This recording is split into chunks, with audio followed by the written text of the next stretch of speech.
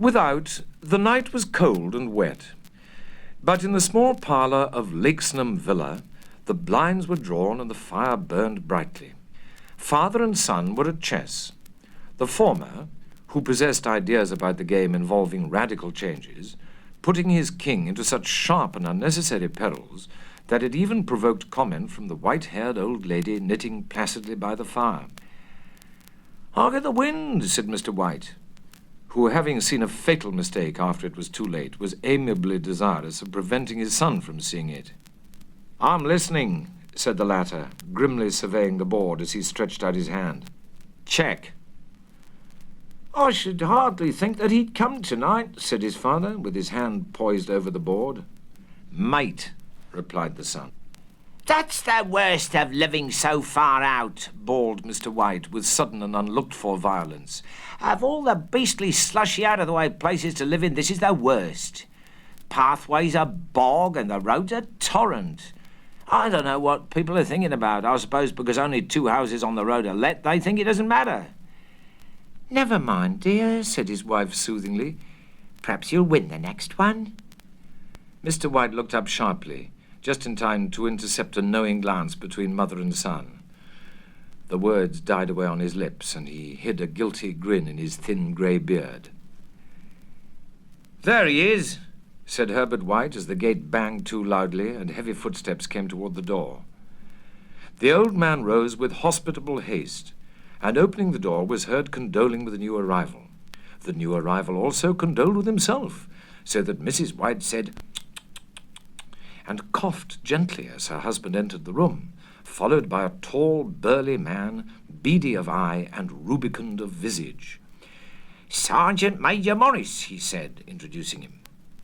The sergeant major shook hands, and taking the proffered seat by the fire, watched contentedly while his host got out whisky and tumblers and stood a small copper kettle on the fire.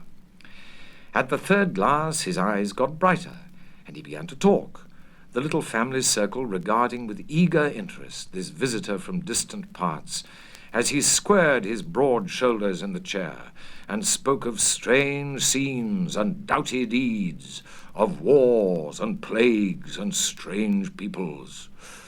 21 years of it," said Mr. White, nodding at his wife and son. "When he went away, he was a slip of a youth in the warehouse. Now look at him." "He don't look to have taken much harm," said Mrs. White politely. "I'd like to go to India myself," said the old man, "just to look around a bit, you know." "Better where you are," said the sergeant major, shaking his head. He put down the empty glass and, sighing softly, shook it again. "I should like to see those old temples and fakirs and jugglers," said the old man.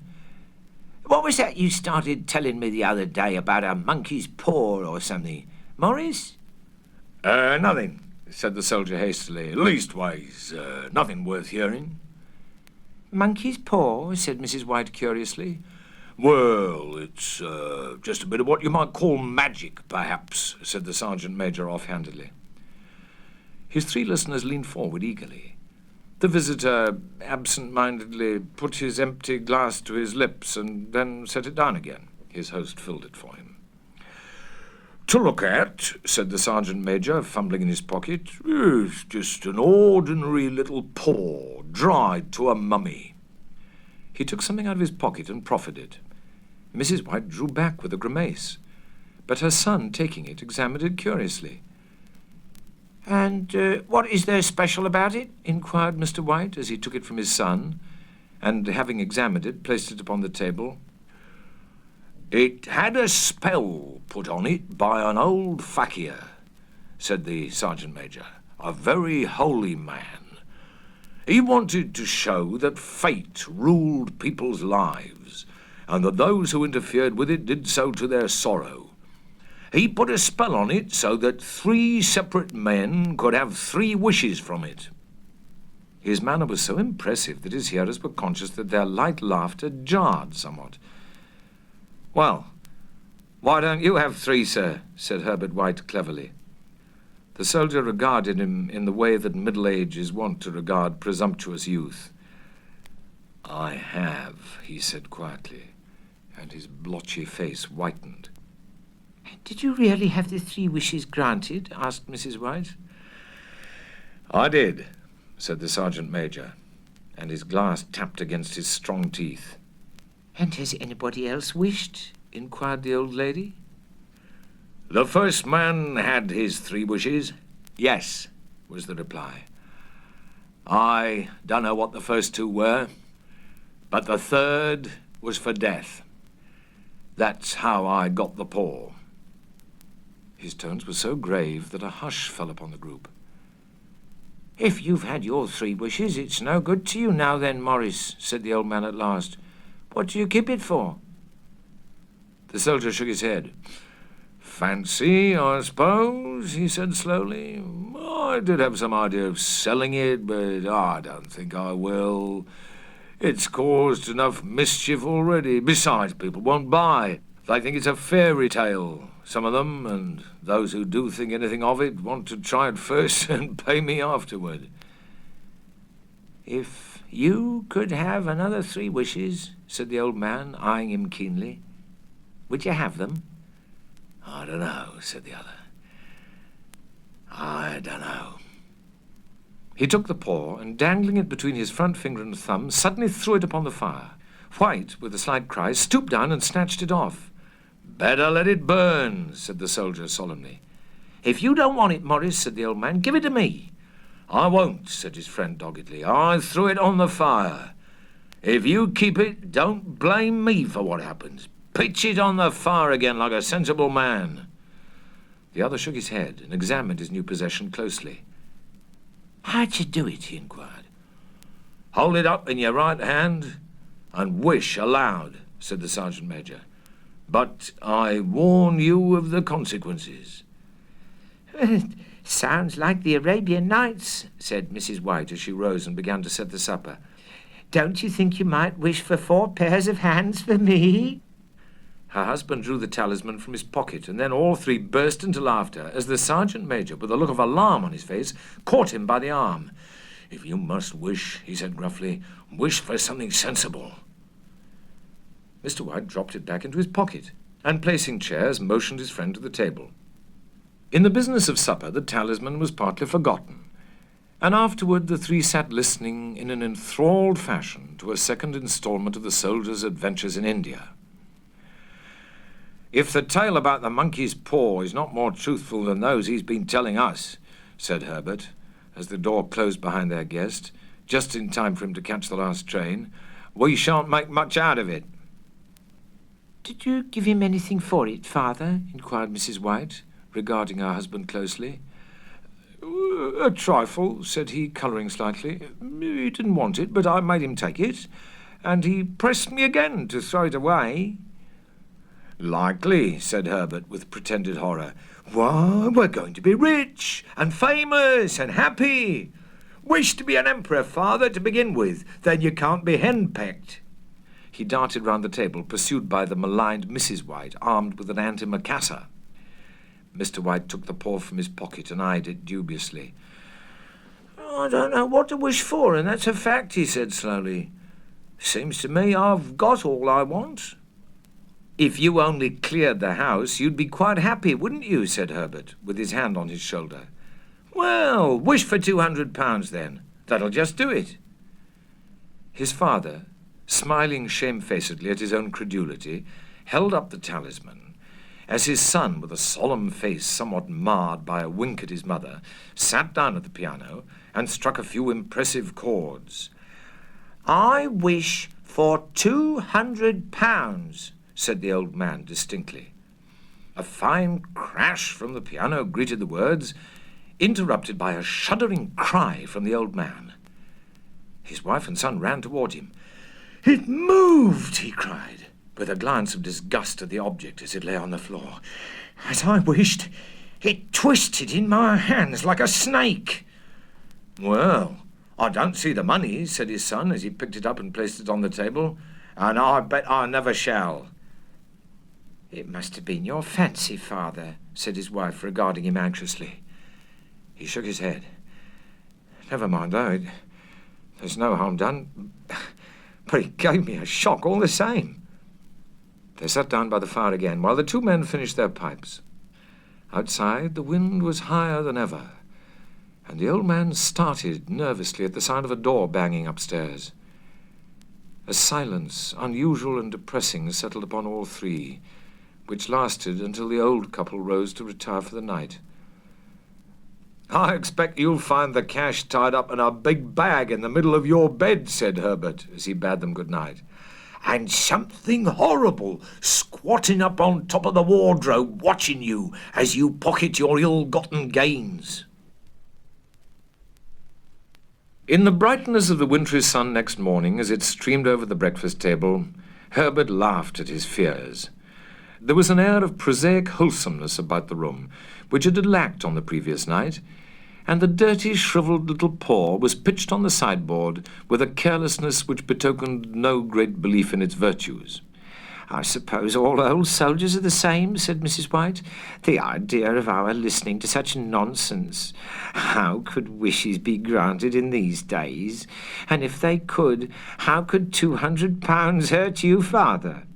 "Might drop on his head from the sky," said the frivolous Herbert.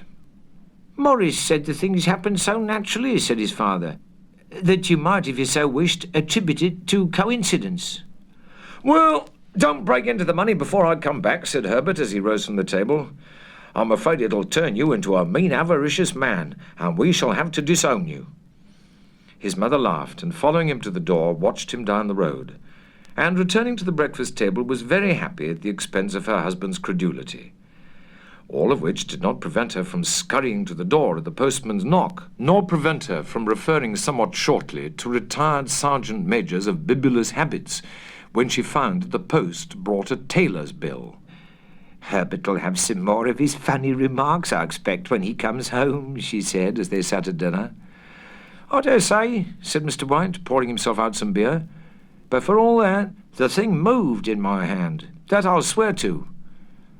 "You thought it did," said the old lady soothingly. "I say it did," replied the other. "There was no thought about it. I just—" "What's the matter?" His wife made no reply. She was watching the mysterious movements of a man outside, who, peering in an undecided fashion at the house, appeared to be trying to make up his mind to enter. In mental connection with the £200, she noticed that the stranger was well dressed and wore a silk hat of glossy newness. 3 times he paused at the gate and then walked on again. The 4th time he stood with his hand upon it, and then with sudden resolution flung it open and walked up the path. Mrs. White at the same moment placed her hands behind her, and hurriedly unfastening the strings of her apron, put that useful article of apparel beneath the cushion of her chair. She brought the stranger, who seemed ill at ease, into the room. He gazed furtively at Mrs. White, and listened in a preoccupied fashion as the old lady apologized for the appearance of the room and her husband's coat, a garment which he usually reserved for the garden. She then waited, as patiently as her sex would permit, for him to broach his business. But he was at first strangely silent. I was asked to call," he said at last, and stooped and picked a piece of cotton from his trousers. "I come from Moore and Meggin's." The old lady started. "Is anything the matter?" she asked breathlessly. "Has anything happened to Herbert? What is it? What is it?" Her husband interposed. There, mother," he said hastily. "Sit down. Don't jump to conclusions. You've not brought bad news, I'm sure, sir." And he eyed the other wistfully. "I'm sorry," began the visitor. Is he hurt?" demanded the mother. The visitor bowed in assent. "Badly hurt," he said quietly. "But he is not in any pain." "Oh, thank God," said the old woman, clasping her hands. "Thank God for that. She broke off suddenly as the sinister meaning of the assurance dawned upon her, and she saw the awful confirmation of her fears in the other's averted face. She caught her breath, and turning to her slower-witted husband, laid her trembling old hand upon his. There was a long silence. "He was caught in the machinery," said the visitor at length in a low voice. caught in the machinery?" repeated Mr. White in a dazed fashion. "Yes." He sat staring blankly out at the window, and taking his wife's hand between his own, pressed it, as he'd been wont to do in their old courting days nearly 40 years before. "He was the only one left us," he said, turning gently to the visitor. "It's hard." The other coughed and, rising, walked slowly to the window. "The firm wished me to convey their sincere sympathy with you in your great loss," he said, without looking round. "I beg that you will understand I am only their servant and merely obeying orders." There was no reply. The old woman's face was white, her eyes staring, and her breath inaudible. On the husband's face was a look such as his friend the sergeant might have carried into his first action. "I was to say that Moore and Meggins disclaim all responsibility," continued the other. "They admit no liability at all, but in consideration of your son's services they wish to present you with a certain sum as compensation." Mr. White dropped his wife's hand and, rising to his feet, gazed with a look of horror at his visitor. His dry lips shaped the words, "How much?" £200 was the answer. Unconscious of his wife's shriek, the old man smiled faintly, put out his hands like a sightless man, and dropped a senseless heap to the floor. In the huge new cemetery, some 2 miles distant, the old people buried their dead and came back to a house steeped in shadow and silence.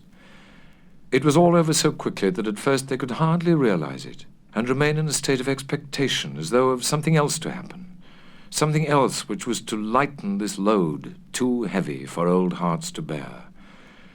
But the days passed, and expectation gave place to resignation, the hopeless resignation of the old, sometimes miscalled apathy. Sometimes they hardly exchanged a word, for now they had nothing to talk about, and their days were long to weariness. It was about a week after that the old man, waking suddenly in the night, stretched out his hand and found himself alone. The room was in darkness, and the sound of subdued weeping came from the window. He raised himself in bed and listened. "Come back," he said tenderly. "You'll be cold." "It's colder for my son," said the old woman, and wept afresh. The sound of her sobs died away on his ears. The bed was warm, and his eyes heavy with sleep. He dozed fitfully, and then slept until a sudden wild cry from his wife awoke him with a start. "The monkey's paw!" she cried wildly. "The monkey's paw!" He started up in alarm. Where is it? What's the matter?" She came stumbling across the room toward him. "I want it," she said quietly. "You've not destroyed it?" It's in the parlour, on the bracket," he replied, marvelling. "Why?" She cried and laughed together, and bending over, kissed his cheek. I only just thought of it," she said hysterically. "Why didn't I think of it before? Why didn't you think of it?" "Think of what?" he questioned. "The other 2 wishes," she replied rapidly. "We've only had one." "Was not that enough?" he demanded fiercely. "No," she cried triumphantly. "We'll have one more. Go down and get it quickly, and wish our boy alive again." The man sat up in bed and flung the bedclothes from his quaking limbs. "Good God, you're mad!" he cried aghast. Get it to bed, get it quickly, and wish, oh, my boy, my boy." Her husband struck a match and lit the candle. "Get back to bed," he said unsteadily. You don't know what you're saying." "We had the first wish granted," said the old woman feverishly. "Why not the second?" "A coincidence," stammered the old man. "Go and get it and wish," cried the old woman, and dragged him toward the door. He went down in the darkness and felt his way to the parlour, and then to the mantelpiece. The talisman was in its place, and a horrible fear that the unspoken wish might bring his mutilated son before him ere he could escape from the room seized upon him, and he caught his breath as he found that he'd lost the direction of the door. His brow cold with sweat, he felt his way round the table and groped along the wall until he found himself in the small passage with the unwholesome thing in his hand. Even his wife's face seemed changed as he entered the room. It was white and expectant, and to his fears seemed to have an unusual look upon it. He was afraid of her. "Wish!" she cried in a strong voice. It's foolish and wicked," he faltered. "Wish!" repeated his wife. He raised his hand. "I wish my son alive again." The talisman fell to the floor, and he regarded it shudderingly. Then he sank trembling into a chair as the old woman, with burning eyes, walked to the window and raised the blind. He sat until he was chilled with the cold, glancing occasionally at the figure of the old woman peering through the window. The candle end, which had burnt below the rim of the china candlestick, was throwing pulsating shadows on the ceiling and walls, until, with a flicker larger than the rest, it expired. The old man, with an unspeakable sense of relief at the failure of the talisman, crept back to his bed, and a minute or two afterward the old woman came silently and apathetically beside him. Neither spoke, but both lay silently listening to the ticking of the clock. A stair creaked, and a squeaky mouse scurried noisily through the wall. The darkness was oppressive, and after lying for some time screwing up his courage, the husband took the box of matches and, striking one, went downstairs for a candle. At the foot of the stairs the match went out, and he paused to strike another, and at the same moment a knock, so quiet and stealthy as to be scarcely audible, sounded on the front door. The matches fell from his hand. He stood motionless, his breath suspended, until the knock was repeated. Then he turned and fled swiftly back to his room and closed the door behind him. A third knock sounded through the house. "What's that?" cried the old woman, starting up. A rat," said the old man in shaking tones. A rat. It passed me on the stairs." His wife sat up in bed, listening. A loud knock resounded through the house. "It's Herbert!" she screamed. "It's Herbert!" She ran to the door, but her husband was before her, and catching her by the arm, held her tightly. "What are you going to do?" he whispered hoarsely. "It's my boy! It's Herbert!" she cried, struggling mechanically. "I forgot it was 2 miles away. What are you holding me for? Let go! I must open the door." "For God's sake, don't let it in!" cried the old man, trembling. "You're afraid of your own son," she cried, struggling. "Let me go! I'm coming, Herbert! I'm coming!" There was another knock, and another. The old woman, with a sudden wrench, broke free and ran from the room. Her husband followed to the landing and called after her appealingly as she hurried downstairs. He heard the chain rattle back and the bottom bolt drawn slowly and stiffly from the socket. Then the old woman's voice, strained and panting. "The bolt!" she cried loudly. "Come down! I can't reach it!" But her husband was on his hands and knees, groping wildly on the floor in search of the paw. If he could only find it before the thing outside got in. A perfect fusillade of knocks reverberated through the house, and he heard the scraping of a chair as his wife put it down in the passage against the door. He heard the creaking of the bolt as it came slowly back, and at the same moment he found the monkey's paw and frantically breathed his third and last wish. The knocking ceased suddenly, although the echoes of it were still in the house. He heard the chair drawn back, and the door opened.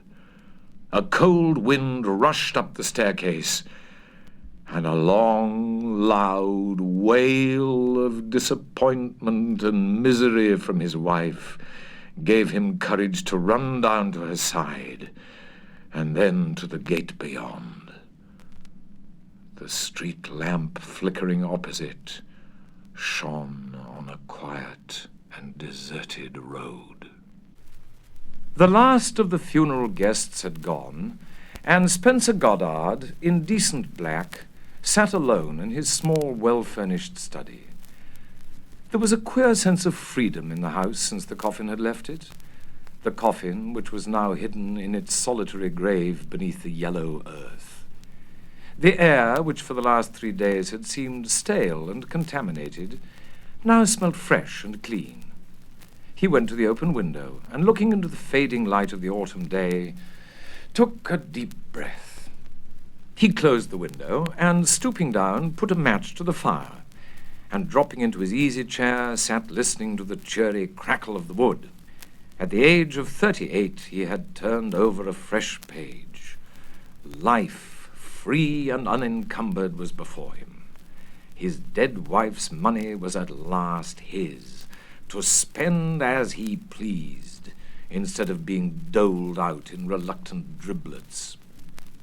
He turned at a step at the door, and his face assumed the appearance of gravity and sadness it had worn for the last 4 days. The cook, with the same air of decorous grief, entered the room quietly, and crossing to the mantelpiece, placed upon it a photograph. "I thought you'd like to have it, sir," she said in a low voice, "to remind you." Goddard thanked her, and rising, took it in his hand and stood regarding it. He noticed with satisfaction that his hand was absolutely steady. "It's a very good likeness, till she was taken ill," continued the woman. "I never saw anybody change so sudden." "The nature of her disease, Hannah," said her master. The woman nodded, and dabbing at her eyes with her handkerchief, stood regarding him. "Is there anything you want?" he inquired after a time. She shook her head. "I can't believe she's gone," she said in a low voice. "Every now and then I have a queer feeling that she's still here." "It's your nerves," said her master sharply. "And wanting to tell me something." By a great effort, Goddard refrained from looking at her. "Nerves," he said again. "Perhaps you ought to have a little holiday. It has been a great strain upon you." "You too, sir," said the woman respectfully, waiting on her hand and foot as you have done. "I can't think how you stood it. If you'd only had a nurse—" "I preferred to do it myself, Hannah," said her master. "If I had had a nurse, it would have alarmed her." The woman assented. "And they're always peeking and prying into what doesn't concern them," she added. "Always think they know more than the doctors do." Goddard turned a slow look upon her. The tall, angular figure was standing in an attitude of respectful attention. The cold, slaty brown eyes were cast down, the sullen face expressionless. "She couldn't have had a better doctor," he said, looking at the fire again. "No man could have done more for her." "And nobody could have done more for her than you did, sir," was the reply. "There's few husbands that would have done what you did." Goddard stiffened in his chair. "That will do, Hannah," he said curtly. "Or done it so well," said the woman with measured slowness. With a strange, sinking sensation, her master paused to regain his control.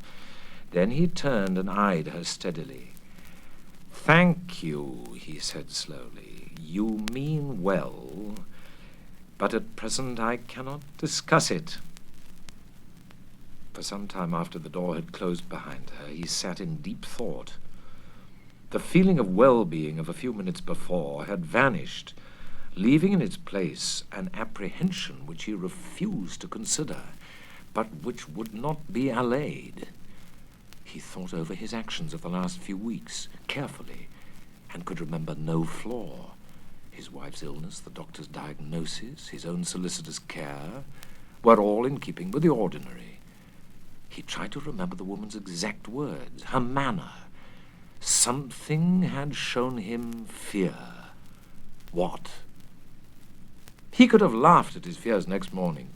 The dining room was full of sunshine, and the fragrance of coffee and bacon was in the air. Better still, a worried and commonplace Hannah, worried over 2 eggs with false birth certificates, over the vendor of which she became almost lyrical. "The bacon is excellent," said her smiling master. "So is the coffee, but your coffee always is." Hannah smiled in return, and taking fresh eggs from a rosy-cheeked maid, put them before him. A pipe, followed by a brisk walk, cheered him still further. He came home glowing with exercise, and again possessed with that sense of freedom and freshness. He went into the garden, now his own, and planned alterations. After lunch he went over the house. The windows of his wife's bedroom were open, and the room neat and airy. His glance wandered from the made-up bed to the brightly polished furniture. Then he went to the dressing-table and opened the drawers, searching each in turn. With the exception of a few odds and ends, they were empty. He went out onto the landing and called for Hannah. "Do you know whether your mistress locked up any of her things?" he inquired. "What things?" said the woman. "Well, her jewelry mostly." "Oh," Hannah smiled. "She gave it all to me," she said quietly. Goddard checked an exclamation. His heart was beating nervously, but he spoke sternly. "When?" "Just before she died. Of gastroenteritis," said the woman. There was a long silence. He turned, and with great care mechanically closed the drawers of the dressing-table. The tilted glass showed him the pallor of his face, and he spoke without turning round. "That's all right, then," he said huskily. "I only wanted to know what had become of it. I thought perhaps Millie—" Hannah shook her head. "Millie's all right," she said with a strange smile. "She's as honest as we are. Is there anything more you want, sir?" She closed the door behind her with the quietness of the well-trained servant. Goddard, steadying himself with his hand on the rail of the bed, stood looking into the future. The days passed monotonously, as they pass with a man in prison. Gone was the sense of freedom and the idea of a wider life. Instead of a cell, a house with 10 rooms, but Hannah, the jailer, guarding each one. Respectful and attentive, the model servant, he saw in every word a threat against his liberty, his life. In the sullen face and cold eyes, he saw her knowledge of power. In her solicitude for his comfort and approval, a sardonic jest. It was the master playing at being the servant. The years of unwilling servitude were over, but she felt her way carefully, with infinite zest in the game. Warped and bitter with a cleverness which had never before had scope, she had entered into her kingdom. She took it little by little, savouring every morsel. "I hope I've done right, sir," she said one morning. "I've given Millie notice." Goddard looked up from his paper. "Isn't she satisfactory?" he inquired. "Not to my thinking, sir," said the woman. "And she says she's coming to see you about it. I told her that would be no good." "I'd better see her and hear what she has to say," said her master. "Of course, if you wish to," said Hannah. "Only, after giving her notice, if she doesn't go, I shall. I should be sorry to go. I've been very comfortable here, but it's either her or me." "I should be sorry to lose you," said Goddard in a hopeless voice. "Thank you, sir," said Hannah. "I'm sure I've tried to do my best. I've been with you some time now, and I know all your little ways. I expect I understand you better than anybody else would. I do all I can to make you comfortable." "Very well, I will leave it to you," said Goddard, in a voice which strove to be brisk and commanding. You have my permission to dismiss her. There's another thing I wanted to see you about, said Hannah. My wages. I was going to ask for a rise, seeing that I'm really housekeeper here now. Certainly, said her master, considering. That only seems fair. Let me see. What are you getting? 36. Goddard reflected for a moment and then turned with a benevolent smile. Very well, he said cordially. I'll make it 42. That's 10 shillings a month more. I was thinking of 100, said Hannah dryly. The significance of the demand appalled him. Well, rather a big jump, he said at last. I really don't know that I... It doesn't matter, said Hannah. I thought I was worth it. To you, that's all. You know best. Some people might think I was worth 200. That's a bigger jump, but after all, a big jump is better than... She broke off and tittered. Goddard eyed her. Than a big drop, she concluded. Her master's face set. The lips almost disappeared, and something came into the pale eyes that was revolting. Still eyeing her, he rose and approached her. She stood her ground and met him eye to eye. You are jocular, he said at last. Short life and a merry one, said the woman. Mine or yours? Both, perhaps, was the reply. If I give you 100, said Goddard, moistening his lips, that ought to make your life merrier, at any rate. Hannah nodded. Merry and long, perhaps, she said slowly. I'm careful, you know, very careful. I am sure you are, said Goddard, his face relaxing. Careful what I eat and drink, I mean, said the woman, eyeing him steadily. That is wise, he said slowly. I am myself. That is why I am paying a good cook a large salary. But don't overdo things, Hannah. Don't kill the goose that lays the golden eggs. I am not likely to do that, she said coldly. Live and let live, that is my motto.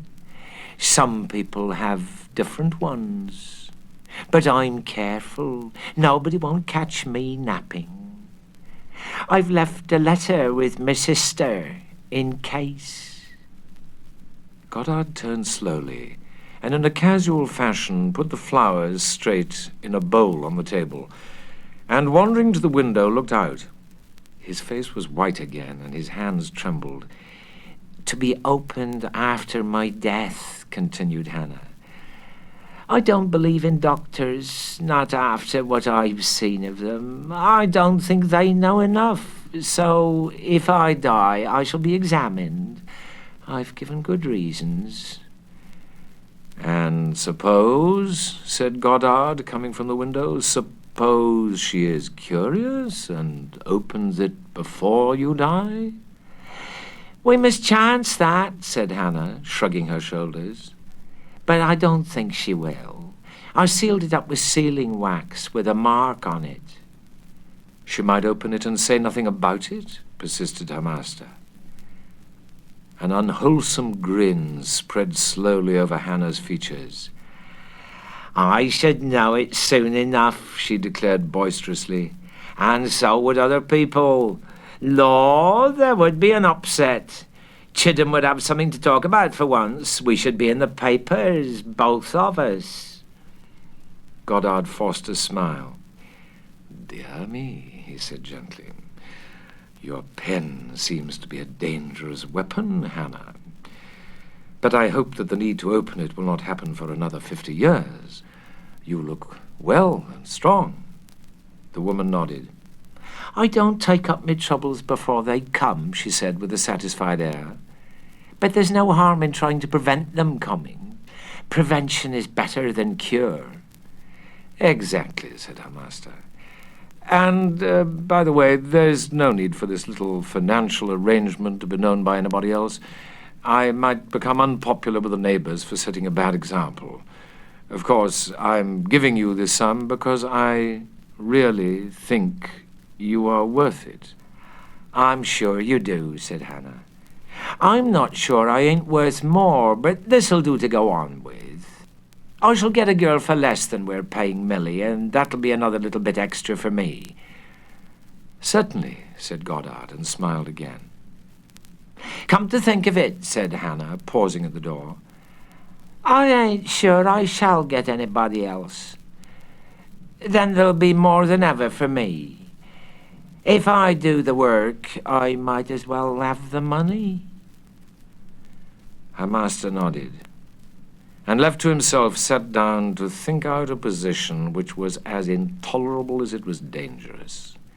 At a great risk, he had escaped from the dominion of one woman only to fall bound and helpless into the hands of another. However vague and unconvincing the suspicions of Hannah might be, they would be sufficient. Evidence could be unearthed. Cold with fear one moment and hot with fury the next, he sought in vain for some avenue of escape. It was his brain against that of a cunning, illiterate fool, a fool whose malicious stupidity only added to his danger. And she drank.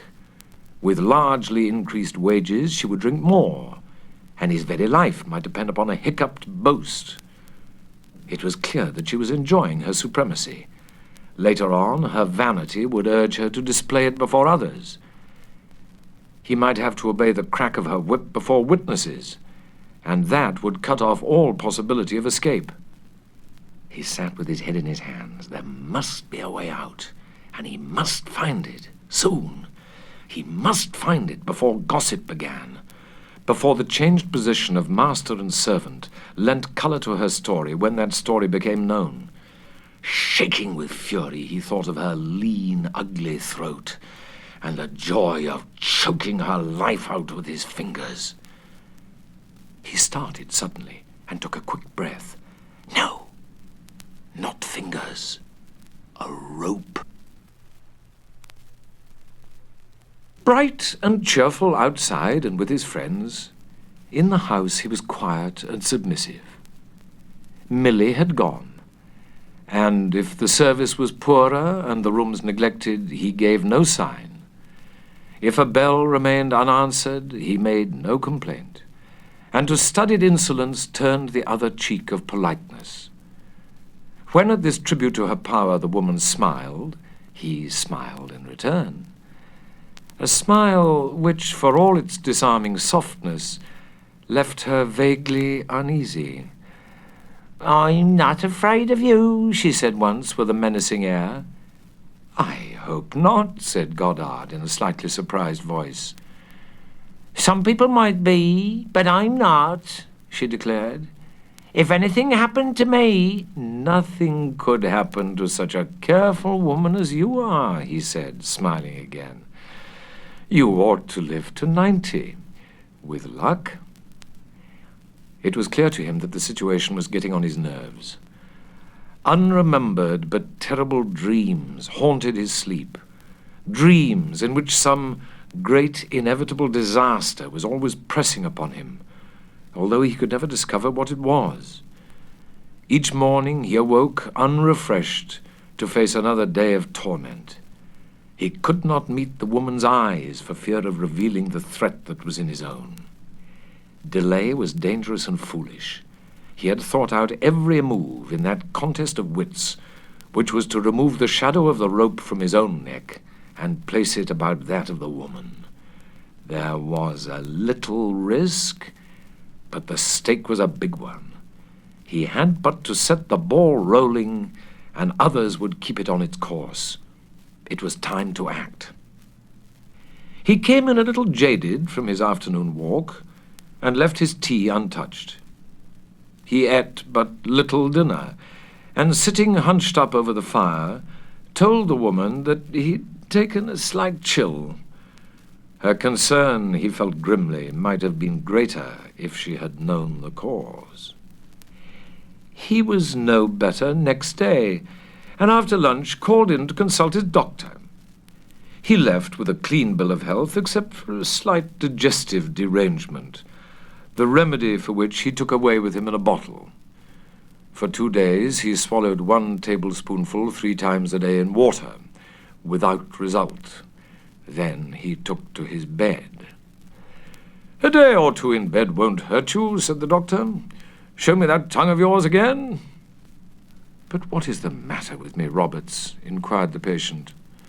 The doctor pondered. "Nothing to trouble about. Nerves a bit wrong, digestion a little bit impaired. You'll be all right in a day or 2. Goddard nodded. So far, so good. Roberts had not outlived his usefulness. He smiled grimly after the doctor had left at the surprise he was preparing for him. A little rough on Roberts and his professional reputation, perhaps, but these things could not be avoided. He lay back and visualized the program. A day or 2 longer, getting gradually worse, then a little sickness. After that, a nervous, somewhat shamefaced patient hinting at things. His food had a queer taste. He felt worse after taking it. He knew it was ridiculous. Still, there was some of his beef tea he had put aside. Perhaps the doctor would like to examine it. And the medicine. Secretions, too. Perhaps he would like to see those. Propped on his elbow, he stared fixedly at the wall. There would be a trace, a faint trace of arsenic in the secretions. There would be more than a trace in the other things. An attempt to poison him would be clearly indicated. And his wife's symptoms had resembled his own. Let Hannah get out of the web he was spinning if she could. As for the letter she had threatened him with, let her produce it. It could only recoil upon herself. 50 letters could not save her from the doom he was preparing for her. It was her life or his, and he would show no mercy. For 3 days he doctored himself with sedulous care, watching himself anxiously the while. His nerve was going, and he knew it. Before him was the strain of the discovery, the arrest, and the trial, the gruesome business of his wife's death, a long business. He would wait no longer, and he would open the proceedings with dramatic suddenness. It was between 9 and 10 o'clock at night when he rang his bell, and it was not until he had rung 4 times that he heard the heavy steps of Hannah mounting the stairs. "What do you want?" she demanded, standing in the doorway. I'm very ill," he said, gasping. "Run for the doctor. Quick." The woman stared at him in genuine amazement. "What? At this time of night?" she exclaimed. "Not likely." "I'm dying," said Goddard in a broken voice. "Not you," she said roughly. "You'll be better in the morning." "I'm dying," he repeated.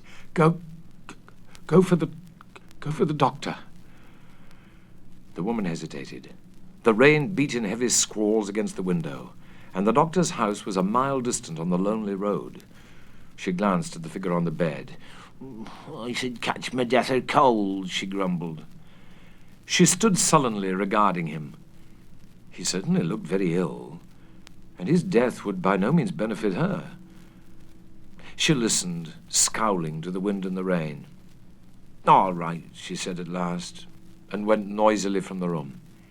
His face set in a mirthless smile. He heard her bustling about below. The front door slammed violently, and he was alone.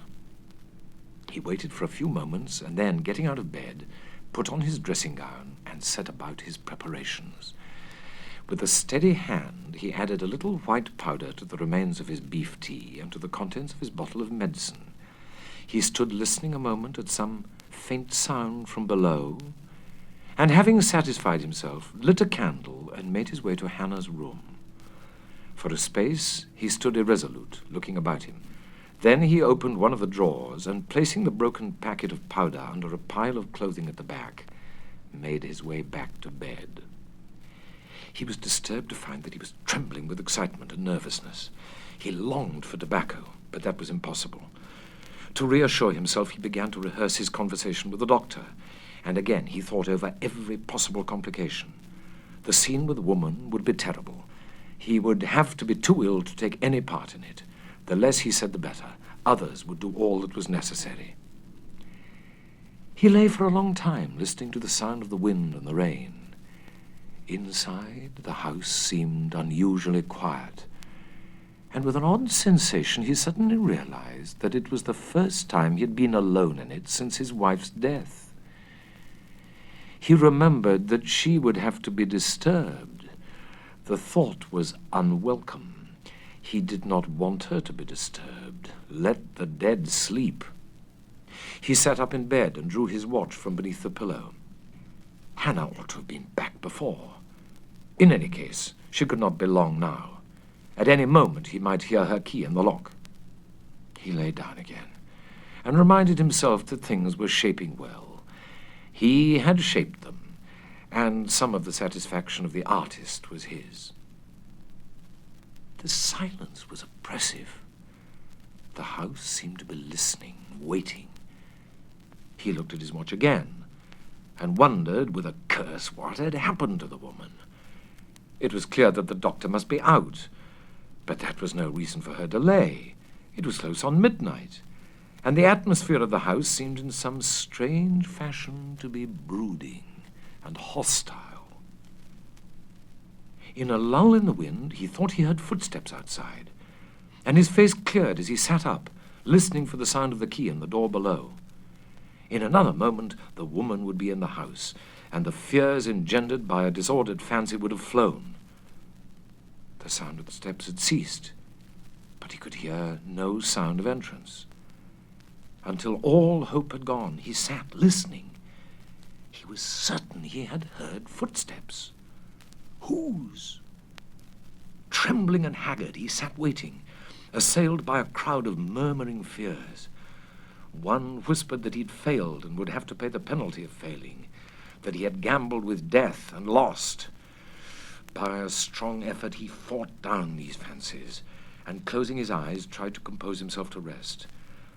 It was evident now that the doctor was out, and that Hannah was waiting to return with him in his car. He was frightening himself for nothing. At any moment he might hear the sound of their arrival. He heard something else, and sitting up, suddenly tried to think what it was, and what had caused it. It was a very faint sound, stealthy. Holding his breath, he waited for it to be repeated. He heard it again. The mere ghost of a sound, a whisper of a sound, but significant as most whispers are. He wiped his brow with his sleeve and told himself firmly that it was nerves, and nothing but nerves. But, against his will, he still listened. He fancied now that the sound came from his wife's room, the other side of the landing. It increased in loudness and became more insistent. But with his eyes fixed on the door of his room, he still kept himself in hand and tried to listen instead to the wind and the rain. For a time, he heard nothing but that. Then there came a scraping, scurrying noise from his wife's room, and a sudden, terrific crash. With a loud scream, his nerve broke, and springing from the bed, he sped downstairs, and flinging open the front door, dashed into the night. The door, caught by the wind, slammed behind him. With his hand holding the garden gate open, ready for further flight, he stood, sobbing for breath. His bare feet were bruised, and the rain was very cold, but he took no heed. Then he ran a little way along the road and stood for some time, hoping and listening. He came back slowly. The wind was bitter, and he was soaked to the skin. The garden was black and forbidding, and unspeakable horror might be lurking in the bushes. He went up the road again, trembling with cold. Then, in desperation, He passed through the terrors of the garden to the house, only to find the door closed. The porch gave a little protection from the icy rain, but none from the wind, and shaking in every limb, he leaned in abject misery against the door. He pulled himself together after a time and stumbled round to the back door, locked, and all the lower windows were shuttered. He made his way back to the porch, and crouching there in hopeless misery, waited for the woman to return. He had a dim memory when he awoke of somebody questioning him, and then of being half pushed, half carried upstairs to bed. There was something wrong with his head and his chest, and he was trembling violently and very cold. Somebody was speaking. "You must have taken leave of your senses," said the voice of Hannah. "I thought you were dead." He forced his eyes to open. "Doctor," he muttered. "Doctor." "Out on a bad case," said Hannah. "I waited till I was tired of waiting and then came along. Good thing for you I did. He'll be round first thing this morning. He ought to be here now." She bustled about, tidying up the room, his leaden eyes following her as she collected the beef tea and other things on a tray and carried them out. "Nice thing I did yesterday," she remarked as she came back. "Left the missus's bedroom window open. When I opened the door this morning, I found that beautiful Chippendale glass of hers had blown off the table and smashed to pieces. Did you hear it?"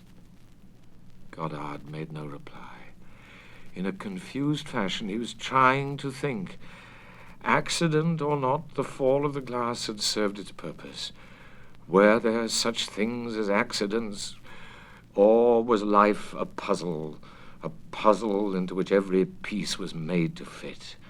Fear and the wind, no, conscience and the wind had saved the woman.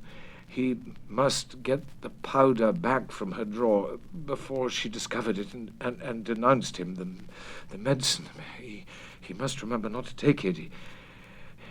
He was ill, seriously ill. He must have taken a chill owing to that panic flight into the garden. Oh, why didn't the doctor come? He had come at last. He was doing something to his chest. It was cold. Again, the doctor. There was something he wanted to tell him. Hannah and a powder. What was it? Later on, he remembered, together with other things that he had hoped to forget.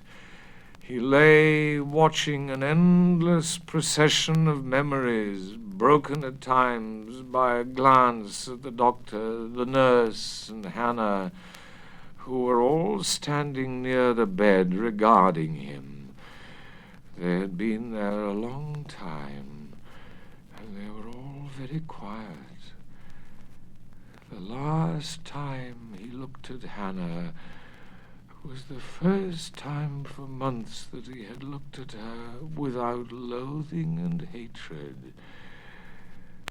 Then he knew that he was dying.